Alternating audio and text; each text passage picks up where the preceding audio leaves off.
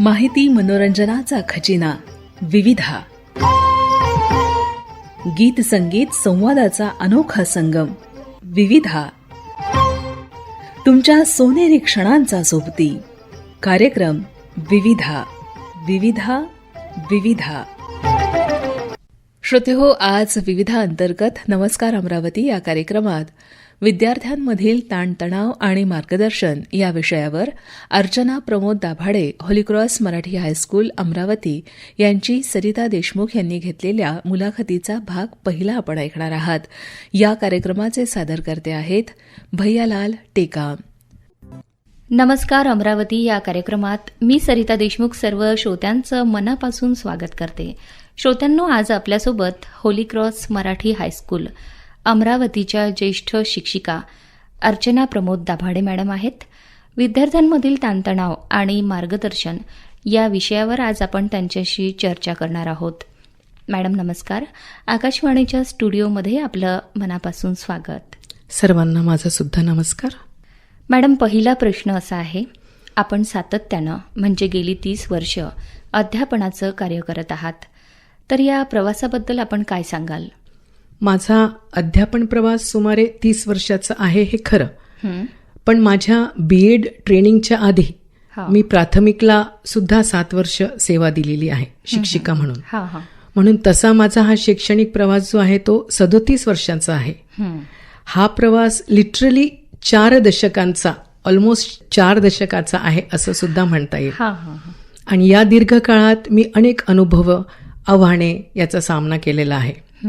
तसेच मी शिकविणारी शिक्षिकाच न राहता विद्यार्थ्यांच्या जीवन प्रवासाची साक्षीदार राहिलेली आहे. विद्यार्थ्यांना योग्य शिक्षणाबरोबरच चांगले संस्कार देणे ही माझी जबाबदारी मी प्रामाणिकपणे पार पाडण्याचा प्रयत्न केला आहे.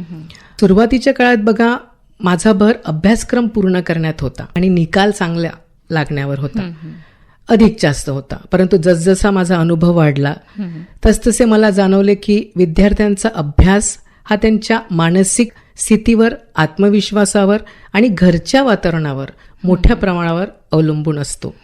हा प्रवास अधिक समृद्ध आणि प्रेरणादायी ठरलेला आहे. 37 years ऑफ एक्सपिरियन्स आहे हा माझा. इट्स अ ह्यूज एक्सपिरियन्स, खूप मोठा अनुभव आहे अगदी. आणि I am extremely happy about it and I am proud of my self. Teaching is my passion. सतत शिकत राहण्याचा हा प्रवास असंही म्हणता येईल. विद्यार्थी घडवण्याचं काम तुम्ही करत आहात. सोबत मी पण शिकत आहे.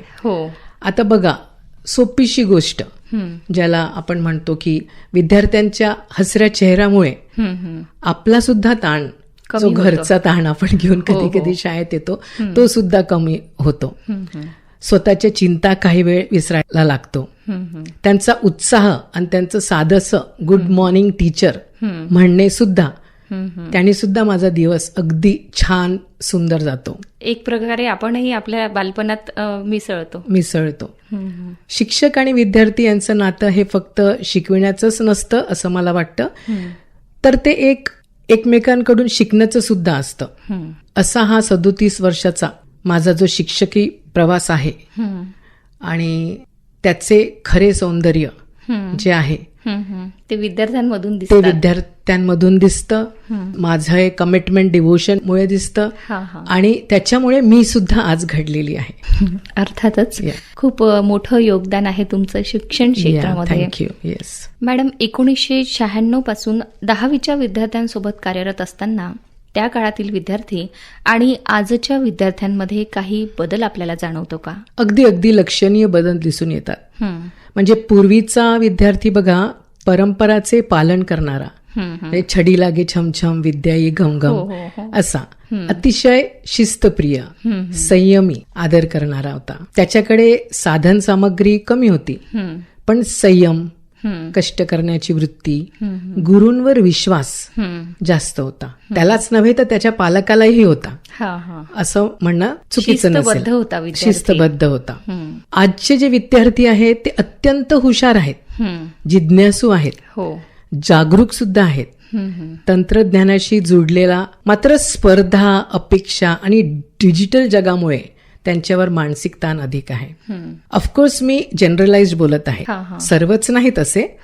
त्यामध्ये खूप हुशार विद्यार्थी आहेत, अभ्यासू सुद्धा आहेत. आणि हा जो विद्यार्थी आहे आजचा, ज्याला आपण जेनझी म्हणतो, तो स्वावलंबी, आत्मविश्वास आणि स्वमत व्यक्त करणारा आहे. पण त्याला लगेच परिणाम हवा, तुलना पटकन करतो, खूप घाई, आणि अपयश सहन करण्याची क्षमता कमी झाली आहे. आपण बघतोच आहे सर्वीकडे.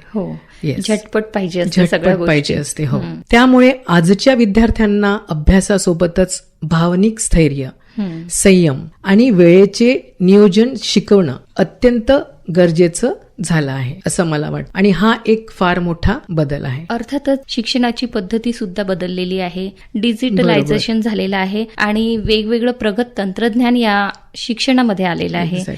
तर त्यामुळेही थोडे चेंजेस आढळून येतात. परीक्षा तणाव म्हणजे नेमकं काय असतं हे सोप्या शब्दात आपण कसं सांगू शकाल? बघा, परीक्षा तणाव अगदी स्वाभाविक आहे आणि तो असलाच पाहिजे, नैसर्गिक आहे, तो असलाच पाहिजे. तणाव म्हणजेच तुम्ही अभ्यास करत आहात, तुम्हाला माहित आहे, हे महत्वाचं आहे. परीक्षा तणाव हे परीक्षेच्या विचाराने मनात निर्माण होणारी भीती, चिंता आणि अस्वस्थता. विद्यार्थ्यांना अभ्यास असूनही झोप न लागणे, विसर पडणे आणि पॅनिक अटॅक्स म्हटलं तरी चालेल, अनेक वेळा जेवण कमी जाणे, नॉशियाटिक वाटणे, चक्कर येणे. अनेक वेळा विद्यार्थी स्वतःवरच शंका पण घेऊ लागतात. फॉर एक्झाम्पल, मी करू शकेल का, आत्मविश्वासाचा अभाव वाटतो. एक्झॅक्टली, मला अपेक्षानुसार मार्क्स भेटतील का. बघा, तणाव येणं चुकीचं नाहीच, पण तो वाढत गेला तर तो अभ्यासावर परिणाम करतो. त्यामुळे तणाव ओळखणं आणि योग्य पद्धतीने त्यावर नियंत्रण ठेवणं गरजेचे आहे. काळजी करण्याचे काहीच कारण नाही असं मला वाटतं. बरोबर आहे, कारण तणाव जर असेल तर जी पुढील प्रक्रिया आहे ती आपण योग्य पद्धतीने करू शकत नाही, म्हणजे याचा अभ्यासावर परिणाम होऊ शकतो. तर ह्या तणावावर त्यांनी नक्कीच नियंत्रण ठेवायला हवं. आजच्या विद्यार्थ्यांमध्ये परीक्षा तणाव जास्त का वाटतोय असं तुम्हाला वाटतं? आज विद्यार्थ्यांमध्ये परीक्षा तणाव वाढण्यामागे अनेक कारणे आहेत. सरिता, स्पर्धा वाढलेली आहे, पालकांच्या अपेक्षा वाढल्या आहेत आणि सोशल मीडियामुळे सतत तुलना होत असते. याशिवाय जसं आपण म्हटलं आताच, झोपेचा अभाव, मोबाईलचा वापर, रात्रभर बसणे, पालक झोपले की आपण मोबाईलवर सतत असतो. एक्झॅक्टली, 12, 1, 2 आणि वेळेचे अयोग्य नियोजन यामुळे मानसिक थकवा वाढतो. आणि आपले मुलं जे आहेत त्यांना मार्क्स म्हणजेच यश असं वाटतं. ही जी चुकीची समजूत विद्यार्थ्यांवर अतिरिक्त दबाव निर्माण करते आणि त्यामुळे तणाव जास्त वाढतो. तर हे आपण थोड्या काही गोष्टी टाळल्या तर म्हणजे तणावमुक्त आपण होऊ शकतो. हो, नक्कीच. मॅडम, एक प्रश्न असा विचारावासा वाटतो, बोर्ड परीक्षा ही विद्यार्थ्यांच्या मनात इतकी भीती का निर्माण करते? जसं आपण आधी म्हटलं की परीक्षेची भीती स्वाभाविक आहे, नैसर्गिक आहे, तशीच भीती ही साहजिकच आहे आणि ती असायलाही हवी. अगदी बरोबर, वाटलीच पाहिजे. ही रिस्पॉन्सिबिलिटी युक्त भीती आहे. आणि ती भीती असली म्हणजेच विद्यार्थी करत आहे, अभ्यास करत आहे, त्याला चिंता आहे करिअरची, पुढची, म्हणजे जसा विद्यार्थी हवा है ना तसंच तो व्यवस्थित नीट आपलं आयुष्य जगतोय. आता बोर्ड परीक्षा बद्दल बोलायचं म्हणजे आयुष्याचा निर्णायक टप्पा आहे असं सतत त्यांच्यावर बिंबवलं जातं. 10वी आहे का, मी कुठे नाही जात आहे, माझी 10वी आहे, मी लग्नाला नाही जाणार, माझी 10वी आहे. प्रत्येक व्यक्ती असं म्हणतो टर्निंग पॉइंट आहे, 10वीचे एक्झाम्स आहे. एक्झॅक्टली, त्यामुळे त्यांची भीती जास्त वाढते असं मला वाटतं. अगदी बरोबर. जसं तू म्हटलं की ते खूप घाबरतात, त्याच्यामुळेच ते खूप घाबरतात. म्हणजे 9वीच्या एंड पासूनच त्यांना मला दिसून पडते माझ्या विद्यार्थिनीमध्ये. त्यातच समाज, नातेवाईक, शाळा सगळीकडून अपेक्षांचा भार येतो. आणि सगळ्यात मोठं म्हणजे my parents have invested so much in me, a lot. Okay, and I don't want to put them down. कधी कधी ते करू शकत नाहीत पण तरीही त्यांनी केलाय, तर ही भावना मनात असते. आणि ही खूप गोड जाणीव आहे, माहितीये का सरिता. मला नेहमीच वाटते की इथूनच त्यांचं फॅमिली बॉन्ड दिसून पडते की मला इतके महागडी कोचिंग लावलेली आणि मला दूर पडत होतं शाळा आणि कोचिंग सेंटर्स, तर मला मला बाईक दिलेली, मला बायसिकल दिलेली है ना, एवढं सगळं माझ्यासाठी खर्च केलेला आहे, आणि मग मी त्यांना इन रिटर्न आउटपुट देऊ शकते की नाही देऊ शकत. तर हा सुद्धा एक त्यांच्यावर तणाव असतो, प्रेशर म्हटलं तरी चालेल है ना. पण इथे त्यांना आपण सांगूया की ते तुमचे पालक आहेत. इन रिटर्न आणि आउटपुट पालकांना हवा नसतो, नाही, बाकी इतर सगळ्यांना हवा असतो. बरोबर. आई वडील कधीच इन रिटर्न आणि आउटपुट मागणार नाही. हो, थोड्या अपेक्षा नक्कीच त्यांच्या असतात, पण तुम्हाला ते घेऊन चालतात, हे नक्की. आता प्रत्यक्ष बोर्ड परीक्षा ही आयुष्यातली एक महत्वाची परीक्षा असली, जसं तू म्हटलं टर्निंग पॉइंट असली, तरी ती संपूर्ण आयुष्य ठरवत नाही. ही जाणीव विद्यार्थ्यांपर्यंत पोहोचली तर भीती नक्कीच कमी होईल. कारण नंतर ही भरपूर परीक्षा असतात, भरपूर परीक्षा असतात. एक्झॅक्टली. आणि आलं अपयश ठीक आहे, है ना, नाही जमलं ठीक आहे, कमी मार्क्स आले ठीक आहे ना, आपण पुन्हा देऊयात, करू शकतो आपण. हो, करू शकतो, कारण प्रयत्नांना बंधन थोडी असतं. अगदी अगदी. तर मॅडम, आपण कार्यक्रमात आता मनोरंजनाकडे वळूया. तर कुठलं गाणं ऐकायला आपल्याला आवडेल? या कार्यक्रमाच्या रिलेटेड, जसं आपण मोटिवेशन आणि मुलांचा तणाव दूर करणाऱ्या साठी बोलत आहेत, तर माझ्याजवळ एक माझं आवडतं गाणं आहे, खोल दे पर. अच्छा. तर ते गाणं नक्कीच मला सुद्धा आवडतं, आणि मी मुलींना वर्गात मोटिवेशन देत असताना त्यांना या गाण्याशी संबोधित पण करते, आणि मला आवडेल ते गाणं वाजवले. श्रोत्यांनो, ऐकूया हिचकी या चित्रपटातील हे सुंदरसं गीत. श्रोत्यांनो, नमस्कार. अमरावती या कार्यक्रमात परत एकदा आपलं मनापासून स्वागत. आज आपल्यासोबत आहेत होली क्रॉस मराठी हायस्कूल अमरावतीच्या ज्येष्ठ शिक्षिका अर्चना प्रमोद दाभाडे मॅडम, आणि आजचा विषय आहे विद्यार्थ्यांमधील ताणतणाव आणि मार्गदर्शन.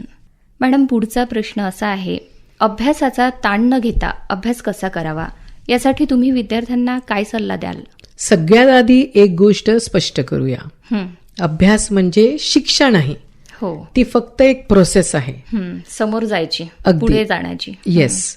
आणि हो, ती सोपी सुद्धा होऊ शकते, आपल्यावर अवलंबून आहे. आपण सगळे काय करतो, एकदम ठरवतो, आज मी हे 5 धडे संपवणार आहे, करणार आहे, आणि ते पण परीक्षेच्या आधी, सुरुवातीपासून नाही, पण एकदम न खाता थोडं थोडं खा. एक्झॅक्टली. हो, थोडं थोडं. आणि मग 10 मिनिटातच दमून जातो. म्हणून पहिला सल्ला, अभ्यासाला ओझं बनवू नका, सवय बनवा. हसत खेळत करा. दररोज थोडा थोडा अभ्यास करा. हे माझ्या 5वी पासून 9वीच्या मैत्रिणींसाठी सुद्धा आहे. सातत्य असायला हवं, सातत्य, कन्सिस्टन्सी असायला हवी. तर परीक्षा जवळ आली तर पॅनिक होता, नाही तर मग जर तो वेळेवर केला नाही, म्हणजे जर आपण रोज थोडा थोडा केला तर परीक्षेच्या वेळी ताण येणार नाही. आणखी एक गोष्ट, सलग 3-4 तास बसून अभ्यास करणं म्हणजे मेंदूला थेट ओव्हरलोड देणं. आता बघा, हे सर्व विद्यार्थिनीसाठी नाहीये. काही अतिशय हुशार असतात, केपेबल असतात, त्यांची कॅपॅसिटी असते, एवढा अभ्यास कर, सतत बसू शकतात, ते 7-8 तास सुद्धा बसू शकतात. तर तो control, and it depends upon the individual. त्यापेक्षा 20-25 मिनिटं, 30 मिनिटं लक्ष देऊन अभ्यास करूया. फोकस तुमचा असला पाहिजे. मग छोटासा एक ब्रेक घ्या, दूध, चहा, पाणी, फ्रेश एअर, खिडकीतून बघणे, काहीही. आणि हो, फक्त वाचून वाचून अभ्यास होत नाही. स्वतःला प्रश्न विचारा, हे मला समजलं का, मी हे कोणाला समजावून सांगू शकते का. स्वतःलाच रिपीट करा. म्हणजे काय होईल तर it will get registered on your mind. असं केल्यावर लक्षात सुद्धा राहतं. आणि आता हा अभ्यास थोडासा मोबाईलवरचा पण असतो, आणि स्क्रीन टाइम मुळे डोळे सुद्धा थकतात मुलांचे. तर अशा वेळी तुम्ही सुद्धा छोटासा एक एज्युकेशनल पॉडकास्ट ऐकू शकता, है ना. Just put on that podcast and relax and only listen to it, right. आणि इतिहास, विज्ञान, इंग्रजी, काहीही, डोकं रिफ्रेश होईल, गिल्ट सुद्धा नाही राहणार.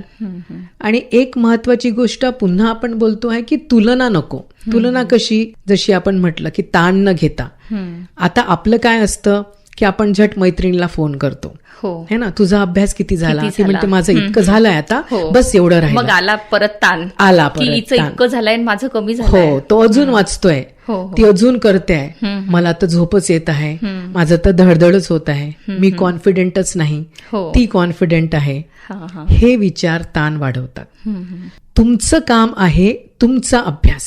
हो, आणि शांत राहणं. शांत राहणं, नो डिस्ट्रॅक्शन, है ना. आणि याच्यामुळे काय होते, तुम्ही मानसिकता तुमची थोडीशी डिस्टर्ब होते. हो, कारण फोकस हा महत्वाचा विषय आहे. येस. आणि त्याच्यामुळे तुम्ही अजून डिस्टर्ब होता, तुमच्या शरीराकडे तुमचं ओव्हरऑल हेल्थ सुद्धा अफेक्ट होते. म्हणून त्यासाठी झोप, थोडं जेवण, चांगलं आहार, घरगुती आहार, थोडं चालणं, हे जे बेसिक गोष्टी आपण बोलत आहेत, हे इग्नोर केल्या तर अभ्यास कितीही केला तरी उपयोगच नाही.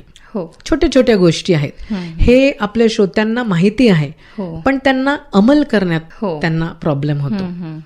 तर मला असं वाटतं की त्यांनी खरंच आजपासून हे पॉडकास्ट ऐकल्यानंतर त्यांनी हे नक्कीच करावं. निश्चितच या मुलाखतीचा सगळ्यांना उपयोग होईल. अगदी. आता परीक्षेच्या अगदी आधीचं सांगते, नवीन काहीच उघडू नका. जे येतं ते रिवाइज करा आणि स्वतःशी एकच वाक्य बोला, मी प्रयत्न केले आहेत ना, आता शांत राहायचं. मला जितकं येतं तितकं मी तिथे लिहून येणार आहे. डोळे बंद करा. स्वतःला परीक्षेमध्ये सिलेबस व्यतिरिक्त काही येणार नाही ना, जे आपण आतापर्यंत करत आलो आहोत त्यातलंच काहीतरी येणार आहे, ही भावना मनात असायला हवी. बिलकुल, म्हणजे सोपं होईल. मी एक मुलाखत वाचली होती एका IAS ऑफिसरची. ते म्हणत होते की माझ्या घरी काहीच नाहीये. दोघं भावंड होते, ते दोघंही IAS. माझ्याकडे काहीच नव्हतं, पण माझ्याकडे होतं काय, हे पुस्तकं. असे त्यांनी ढिगभर पुस्तकं दाखवले. या पुस्तकातूनच येणार होतं.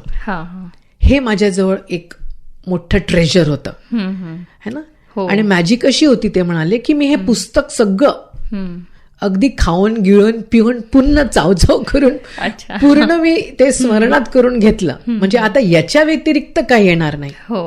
अँड यू वोंट इमॅजिन, त्या घरचे दोनही मुलं आज IAS ऑफिसर आहे. परिस्थिती त्यांची अत्यंत गरीब, पण तरी नुसतं अभ्यासाच्या जोरावर आणि स्वतःवर कंट्रोल, आत्मविश्वास म्हटला तरी चालेल. मी प्रयत्न करत आहे आणि मला स्वतःवर माझ्या विश्वास आहे. आणि शेवटची एकच गोष्ट म्हणजे, हे त्यांनी मुलांनी आपल्या नेहमीच ऐकलेलं आहे की परीक्षा म्हणजे आयुष्य नाही. आता त्यांना वाटते हे तुम्ही असं म्हणता, परीक्षा म्हणजे आयुष्य नाही, पण रियालिटीमध्ये आलं की तुम्ही मग आम्हाला रागवता, हे करताय ना. पण ते त्यांच्या हितासाठीच असतं, हितासाठी, हेही त्यांना कळायला पाहिजे. अगदी अगदी. आणि पेरेंट्सचा तो हक्कही असतो. तर थोडंफार ते बोलतात तर त्यांनी ऐकून घेतलं पाहिजे, है ना.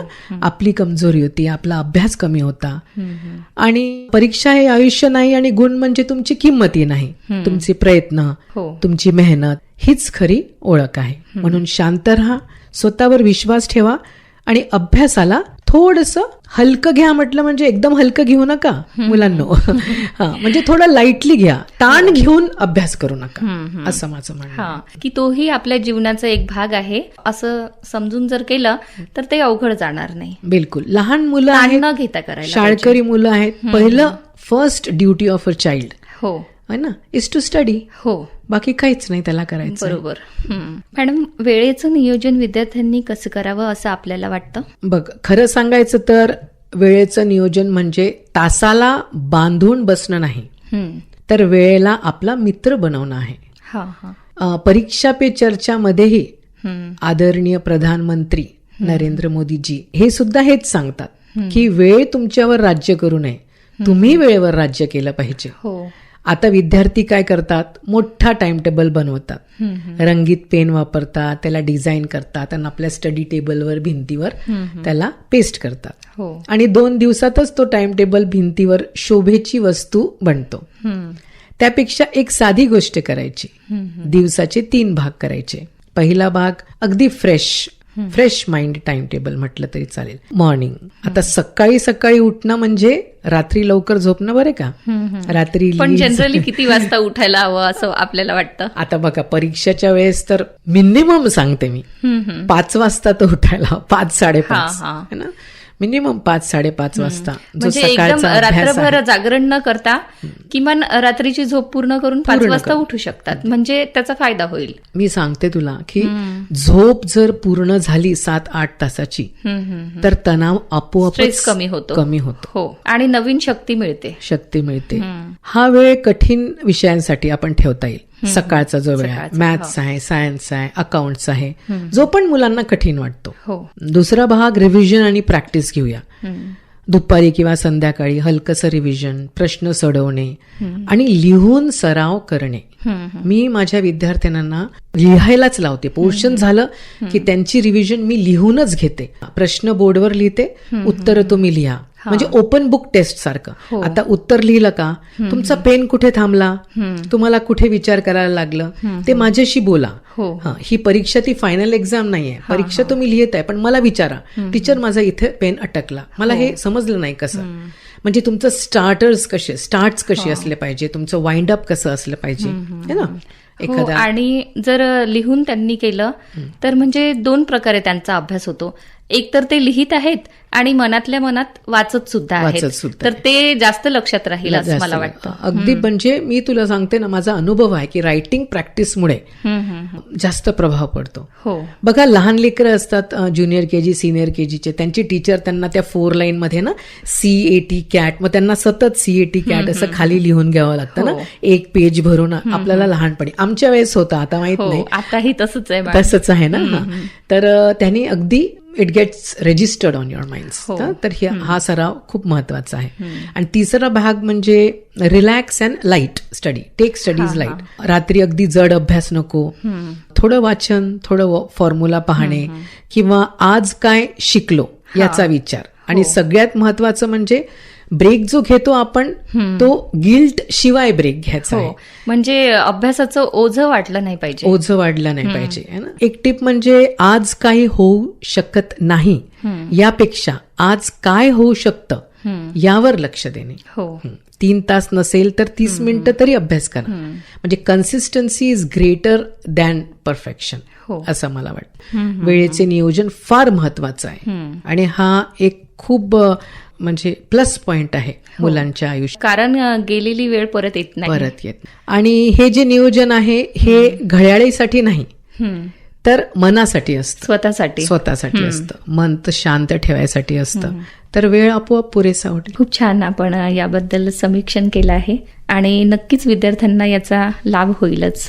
मॅडम, परत एकदा कार्यक्रमात आपण एक गीत ऐकूयात. तर कुठलं गीत आपण आमच्या श्रोत्यांना ऐकवाल? माझं फेवरेट, मला गझल्स आवडतात. श्रोत्यांनो, आज पुरता या मुलाखतीला मी विराम देते आहे. मुलाखतीच्या दुसऱ्या भागात आपण परत चर्चा करूयात अर्चना प्रमोद दाभाडे मॅडम यांच्यासोबत. तर भेटूयात उद्याच्या प्रसारणात. तोपर्यंत नमस्कार.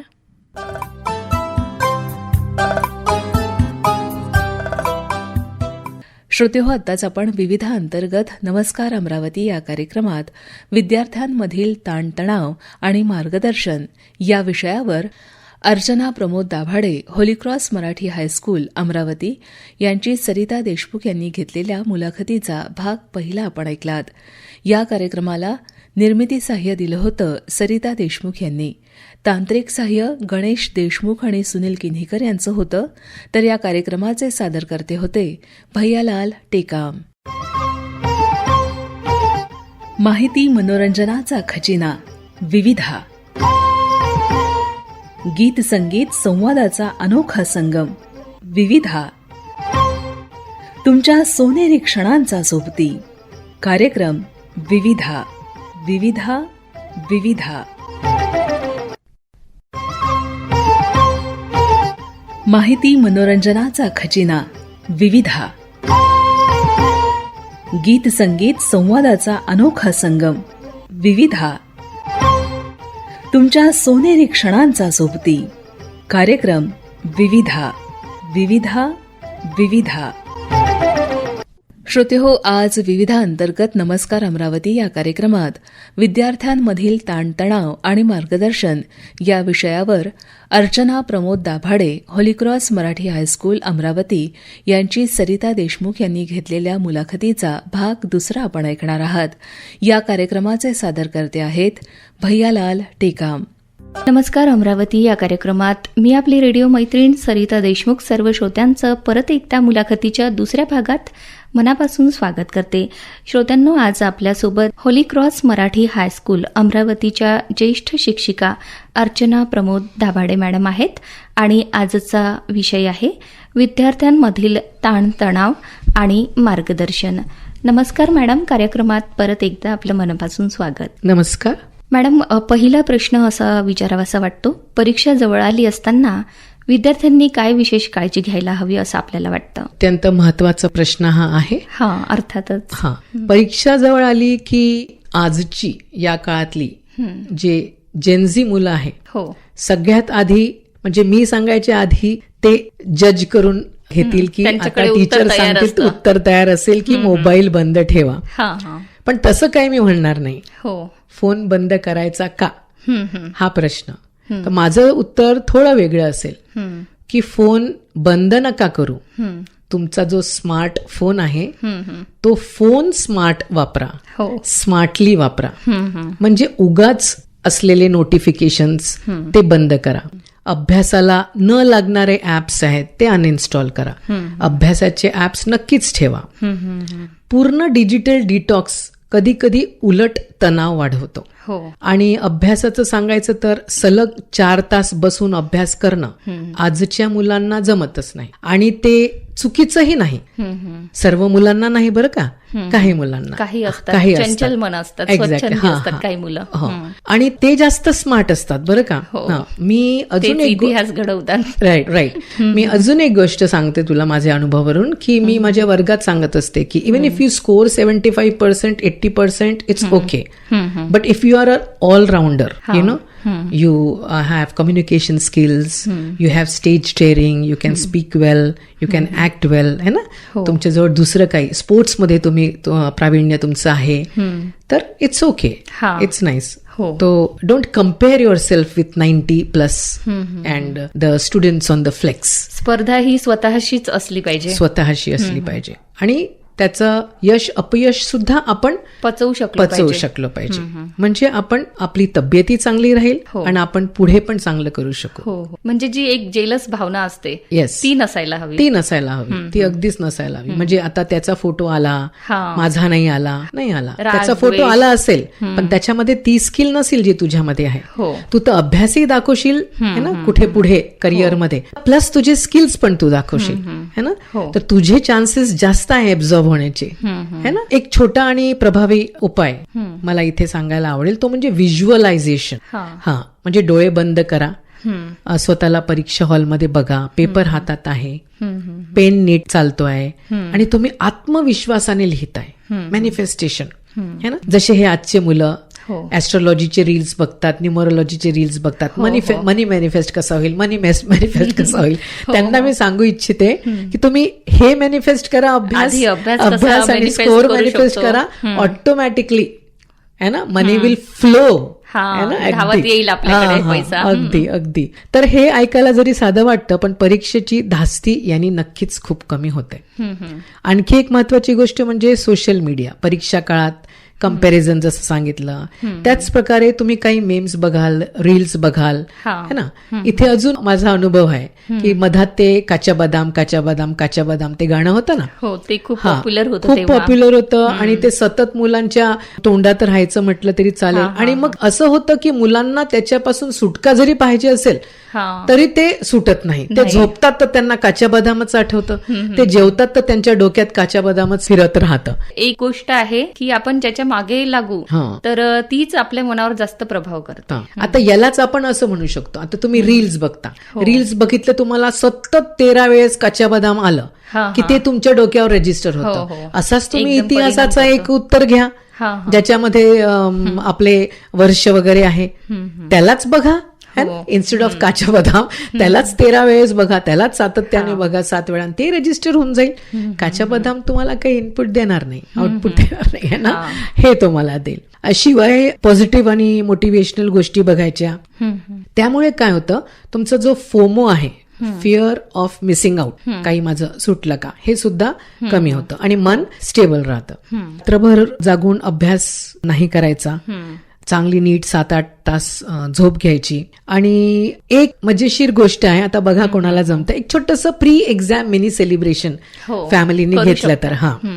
आता त्याच्यासाठी श्रोत्यांमधून माझे लाडके जे विद्यार्थी ऐकत आहे त्यांनी लगेच केक वगैरे मागू नये, है ना. एक छान दुपारचा चहा बिस्किट आई बाबा बहीण भाऊ छान गोल करून करू शकतात, म्हणजे ताण कमी होतो है ना. आणि त्याच्याशी बोलायचं, कसं सुरू आहे तुझा अभ्यास, है ना. बाबा मला याचं आहे ना खूप टेन्शन येतं, सायन्सचं मला खूप टेन्शन. ओके, चर्चा करायला हवी, है ना. जर संवाद साधू तरच म्हणजे जी आपली काळजी असेल त्याचं निरसन होऊ शकतं त्यातून. बरोबर, म्हणजे आई वडील मदत करू शकतात. आणि आई वडिलांनी दिलेला हा जो पॉझिटिव्ह, हा जो एक पुश आहे, है ना, हा म्हणजे रामबाण उपाय आहे. म्हणजे कधी कधी असंही होईल की त्या मुलीला वाटेल, त्या मुलाला वाटेल की अरे बापरे, आज बाबा तर खूप छान माझ्याशी बोलत आहे, खूप लाडाने बोलत आहे, कालपर्यंत मला रागवत होते, है ना. आणि ते automatically she will be happy आणि ती अजून अभ्यास करेल, अजून छान करेल, पॉझिटिव्हनेस वाढेल त्यांचा. हो. तर असंच तुम्ही छोटंसं मिनी सेलिब्रेशन, छोटंसं गाणं वगैरे, जास्त नाही बरं का, है ना. आणि त्याशिवाय परीक्षा म्हणजे भीतीची गोष्टच नाही असं मला वाटतंय, है ना. तर तयारी, शांत मन, स्वतःवर विश्वास, हे 3 जमलं तर पेपर आपोआप चांगला जाईल. काहीच त्याच्यामध्ये ताण घ्यायचं, काळजी करायचं गरज नाही. म्हणजे अभ्यास करताना सातत्य ठेवायला हवं, त्यानंतर वेळेची मर्यादा आणि स्ट्रेस न घेणं, ह्या खूप प्रभावी गोष्टी विद्यार्थ्यांसाठी असू शकतात. बरोबर. तर त्यांनी नक्कीच या गोष्टींचा विचार करायला हवा आणि ते करतीलच. अभ्यास करताना कंटाळा आला किंवा भीती वाटली तर विद्यार्थ्यांनी काय करायला हवं असं तुम्हाला वाटतं? हे सगळ्यांनाच होतं. कोणतीही गोष्ट असो, आपल्याला भीती वाटेलच, ती नैसर्गिकच आहे. आणि कंटाळा सुद्धा येतो, कारण माणूस आहे, कुठेतरी तो थकणार किंवा कंटाळवाना. इव्हन आम्हाला टीचर्सला सुद्धा कंटाळा येतो, सर्वांनाच येतो.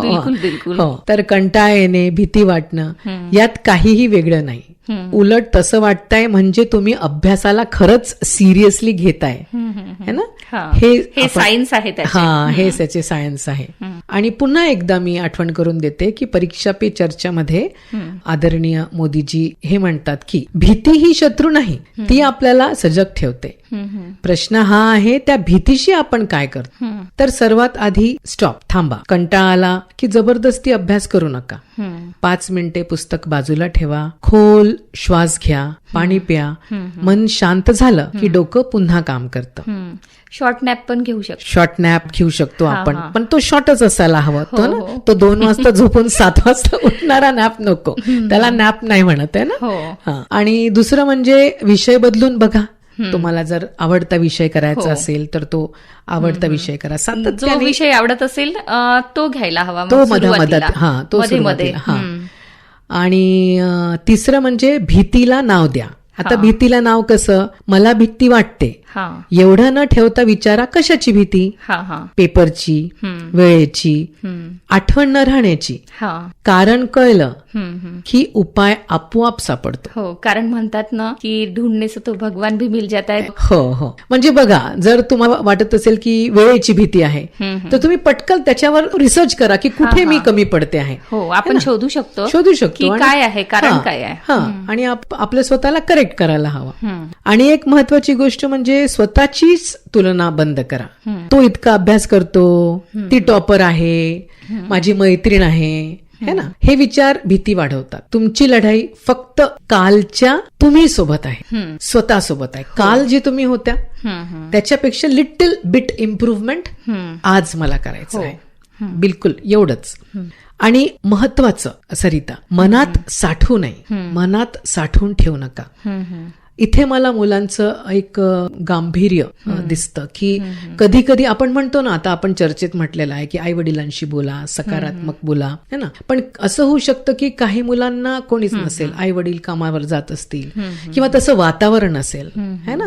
तर त्यांनी आपल्या मैत्रिणीशी, त्यांनी आपल्या टीचरशी बोलू शकतात, शाळेत येऊ शकतात, अडचणी शेअर करायचं. आणि या आकाशवाणीच्या माध्यमातून मी सांगू इच्छिते की जर कोणाला आवश्यक असेल तर त्यांनी मला सुद्धा विचारू शकता. मी पूर्ण प्रयत्न करेल आणि मी गॅरंटी घेईल की तुमचा स्ट्रेस अगदी कमी करायचा. शाळेत येऊन संपर्क साधू शकता. आणि त्याशिवाय इंग्लिश विषयाची मी तज्ज्ञ आहे, तर इंग्लिश विषयाबद्दल सुद्धा जर त्यांना काही अडचणी असेल तर ते पण मी ओके. आणि काही चार्ज नसताना, चार्जचं काही टेन्शन घेऊ नये ओके, मनात साठवू नये. आई बाबा, शिक्षक, कोणी पण, मैत्रीण, मित्र, कोणाशी पण बोलणं म्हणजे कमजोरी नाही. तेच खरं धैर्य आहे. शेवटी एवढंच सांगते की कंटाळा आणि भीती हे परीक्षा नाहीत. परीक्षा म्हणजे त्यातून बाहेर कसं यायचं हे शिकणं. थोडं थांबा, स्वतःवर विश्वास ठेवा आणि पुन्हा सुरुवात करा. खचून जाऊ नये आणि आत्मचिंतन करा. खरंच खचून अगदी जाऊ नये. करू शकते आणि कुठलेही गांभीर्य स्वरूपी स्टेप घेऊ नये असं मला आवर्जून सांगायला आवडेल. आम्ही सुद्धा आहोत, आमच्याशी सुद्धा बोलून बघा. आपण एकटे नाही आहोत, आपण अजिबात एकटे नाही आहोत. टीचर्स असतात, पालक असतात, आपल्या सोबत सगळे आहेत, सगळी भावना मनात असायला हवी. हो, आणि आत्मविश्वास आवश्यक आहे. आणि सरिता, त्यांच्याजवळ मॅजिक बॉक्स आहे ना, त्याच्यातच किती मोटिवेशन आहे है ना. म्हणजे एक निरर्थक काही बघण्यापेक्षा है ना, त्यांनी मोटिवेशनल टॉक्स बघितले, छोटे छोटे पॉडकास्ट ऐकले, तर तिथेच त्यांना संयम आणि मोबाईलचा मिसयूज किंवा यूज, आपण दोन्ही गोष्टी आहेत, तर आपण कोणत्या प्रकारे तो यूज करतो. बरोबर, कंट्रोल आपल्या हाती आहे. कंट्रोल असायला, रिमोट कंट्रोल तुम्ही स्वतः आहात. मॅडम, कार्यक्रमात आपण एक गीत ऐकूया, तर कोणतं गाणं आपण सांगाल? माझ्या शाळेत सतत वाजवल्या जाणारं, जे माझं one of the most favourite आहे. मॅडम, पुढचा प्रश्न असा आहे, परीक्षेच्या काळात काय करावं आणि काय टाळावं? बघा, सर्व माझे अभ्यासक मित्रमैत्रिणींना, परीक्षा काळ म्हणजे आयुष्य थांबत नाही, पण थोडं स्मार्ट जगायचं असतं. सुरुवात असते. एक्झॅक्टली, 10वी तर सुरुवातच असते. आणि तुम्हाला जे सध्या आपले आदरणीय शिक्षण मंत्री दादाजी भुसे यांचे जे व्हिडिओज तुम्ही बघितले आहेत, ते पण मी तुम्हाला पुन्हा एकदा रिपीट करते की ते नेहमी सांगतात, परीक्षा म्हणजे विद्यार्थ्यांची क्षमता दाखवण्याची संधी आहे, शिक्षा नाही. त्यामुळे या काळात घाबरण्यापेक्षा योग्य सवयी लावणं जास्त महत्वाचं आहे. तर काय करावे? जसं आपण आधी बोललो, दिनक्रम ठरवावा, थोडा रोज अभ्यास करावा, आहाराकडे जास्त लक्ष द्यावं, रिव्हिजन वर भर द्यावा. आणि काय टाळावे? तर लास्ट मोमेंट पॅनिक केलं की मेडिसिन सुरू होतात, दवाखाने लागतात आणि त्याच्यामुळे मुलांवर खूप ताण पडतो. आता काहीच येत नाही हा विचार सगळ्यात मोठा शत्रू आहे है ना. तुम्हाला नेमकं काय करायचं आहे की तुम्ही जे वाचलं, तुम्ही जे अभ्यास केलं है ना, तुमचा फक्त व्हेन्यू चेंज होत आहे. सरिता, इथे बघते का है ना, शाळा किंवा घर याच्या इमारत बदलत आहे. तुम्ही जो 9वी पर्यंत बोर्डाच्या परीक्षेच्या मुलांसाठी सांगते की 9वी पर्यंत जी परीक्षा तुम्ही शाळेत देत होते है ना, तीच परीक्षा तुम्हाला दुसऱ्या बिल्डिंगमध्ये द्यायची आहे, दुसऱ्या बिल्डिंगमध्ये द्यायची आहे. आणि मी इथे आवर्जून सांगते की तुमच्या स्वतःच्या जे तुम्ही अगदी 1ली ते 9वी पर्यंत तुमचे जे शिक्षक होते त्यापेक्षा जास्त तुम्हाला प्रेमाने, संयमाने आणि समजून घेणारे तुम्हाला सुपरवायझर्स असतील, मिळतील. कारण की हे आम्हाला शिकवलं जातं, सांगण्यात येतं. तर म्हणून तुम्ही अजिबात काळजी करायची नाही. आणि नकारात्मक बोलणं टाळा है ना. पेपर खूपच हार्ड येतो, फिजिक्सचा पेपर आहे, मी ऐकलं होतं की हा खूपच हार्ड येईल है ना. नकारात्मक बोलणं टाळायचं. कट ऑफ जास्त असतो अशी चर्चा टाळायची. इनफॅक्ट पॉझिटिव्ह अफर्मेशन्स बोलत राहा. I can do it, I will do it, I must do it, आणि आपण जे वाचलं आहे तेच येऊ शकतं. एक्झॅक्टली है ना. तुम्ही जर पेपर सॉल्व्ह केले असतील मागचे जुने, तर तुम्हाला कळेल की हा प्रश्न सातत्याने येतो, तर तो करून पहा.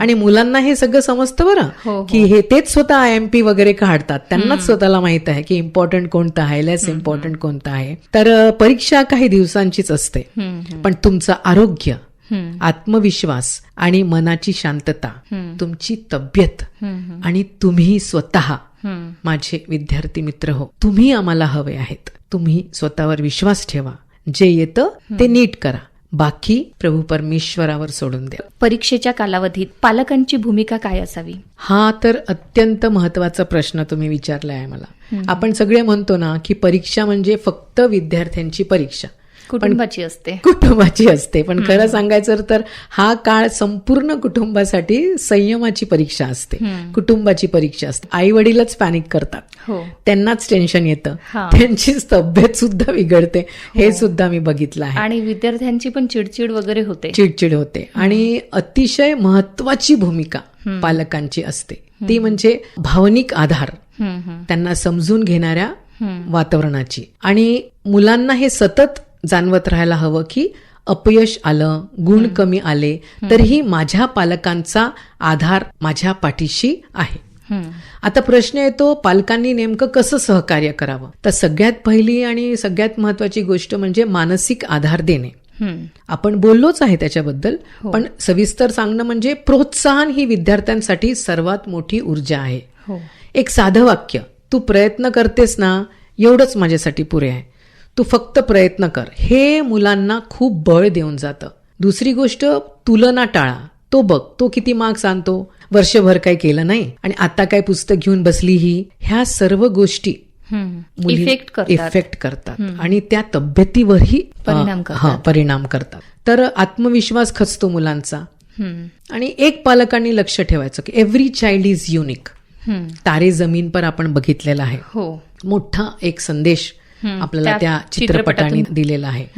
प्रत्येक मूल वेगळं असतं, प्रत्येकाची गती वेगळी असते, त्यांच्या क्षमतेनुसार प्रोत्साहन द्या, तुलना करू नका.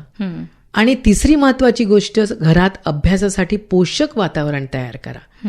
घरात जास्त आवाज नको, छोटे मोठे भांडण तंटा ते पण थोडंसं टाळता येतील. टीव्ही मोठ्याने नको.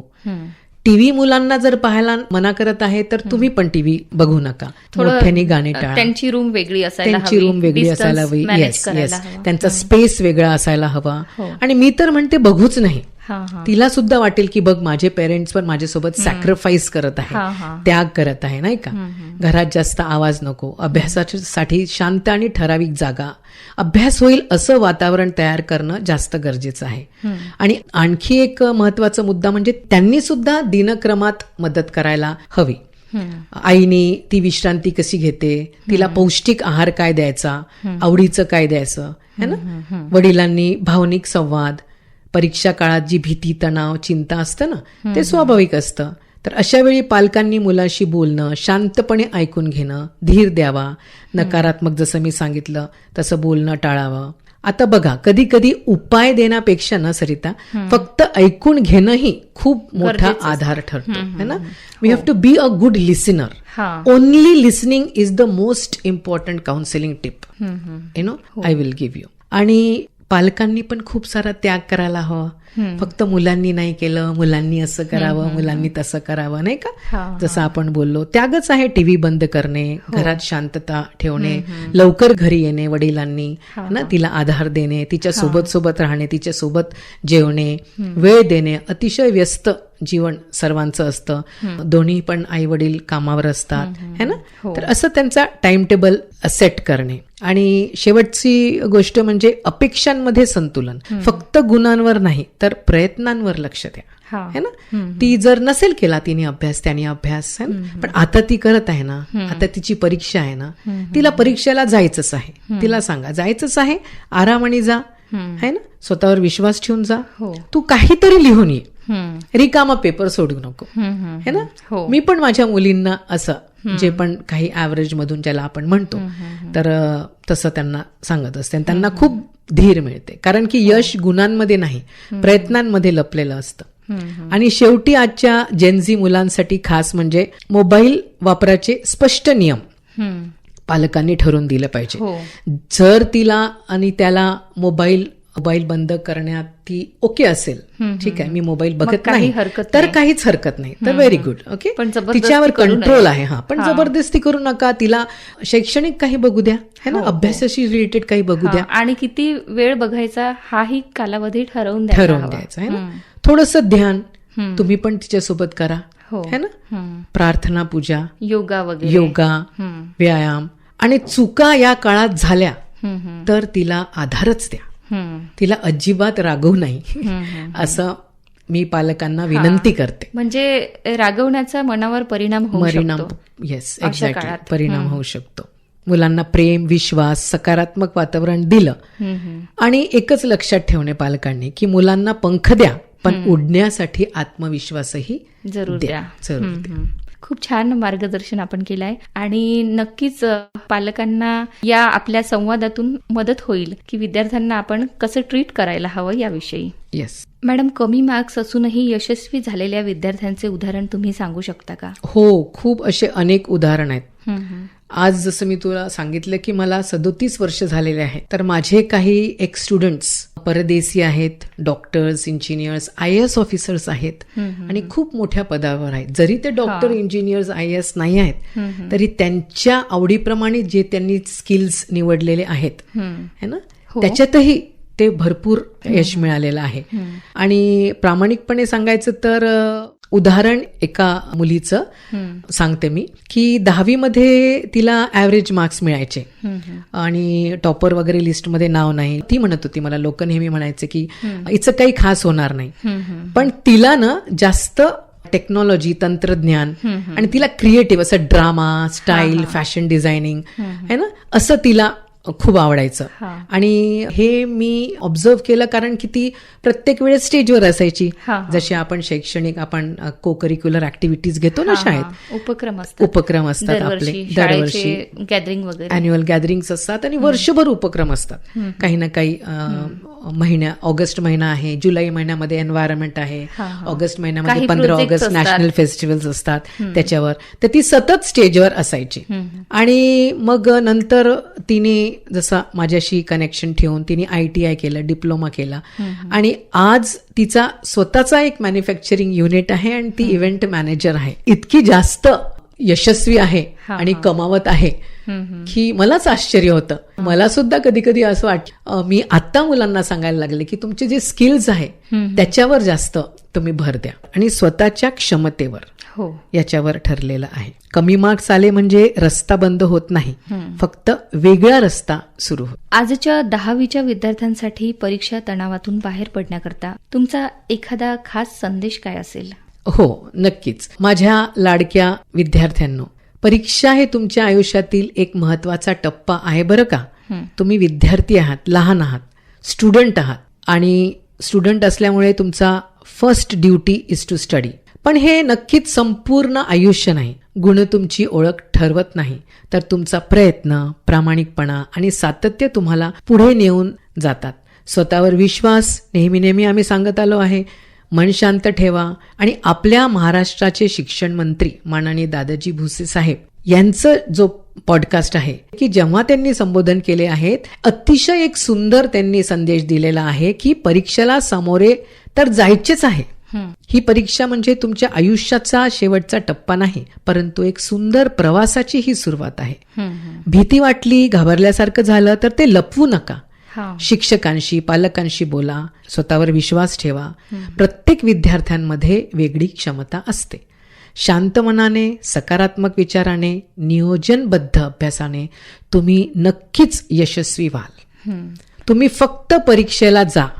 माझं हे चॅलेंज आहे सर्व मुलांना की जे पण ऐकत आहे, तुम्ही जितकं वाचलं ते घेऊन परीक्षेला जा.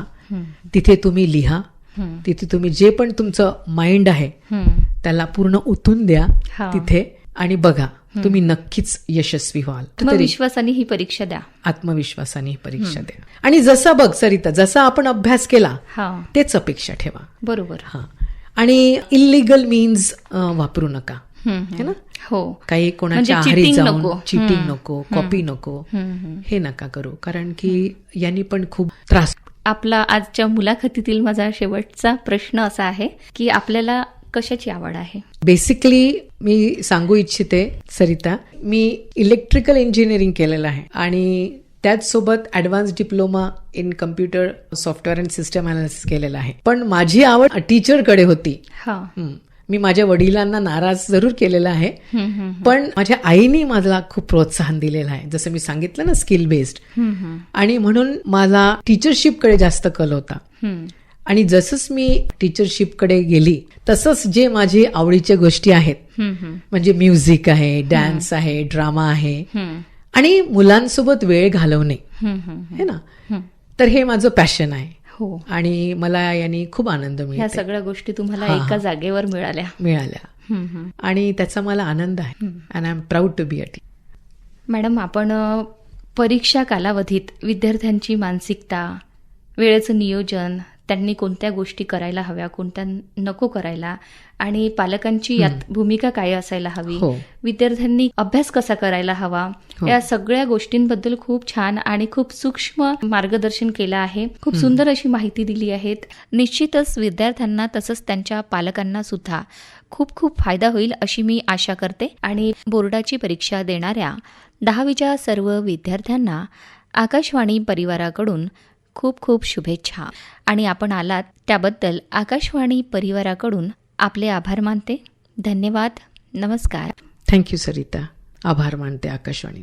श्रोतेहो, आताच आपण विविधा अंतर्गत नमस्कार अमरावती या कार्यक्रमात विद्यार्थ्यांमधील ताणतणाव आणि मार्गदर्शन या विषयावर अर्चना प्रमोद दाभाडे, होलीक्रॉस मराठी हायस्कूल अमरावती यांची सरिता देशमुख यांनी घेतलेल्या मुलाखतीचा भाग 2 आपण ऐकलात. या कार्यक्रमाला निर्मिती सहाय्य दिलं होतं सरिता देशमुख यांनी. तांत्रिक सहाय्य गणेश देशमुख आणि सुनील किन्हीकर यांचं होतं. तर या कार्यक्रमाचे सादरकर्ते होते भैयालाल टेकाम. माहिती मनोरंजनाचा खजिना विविधा.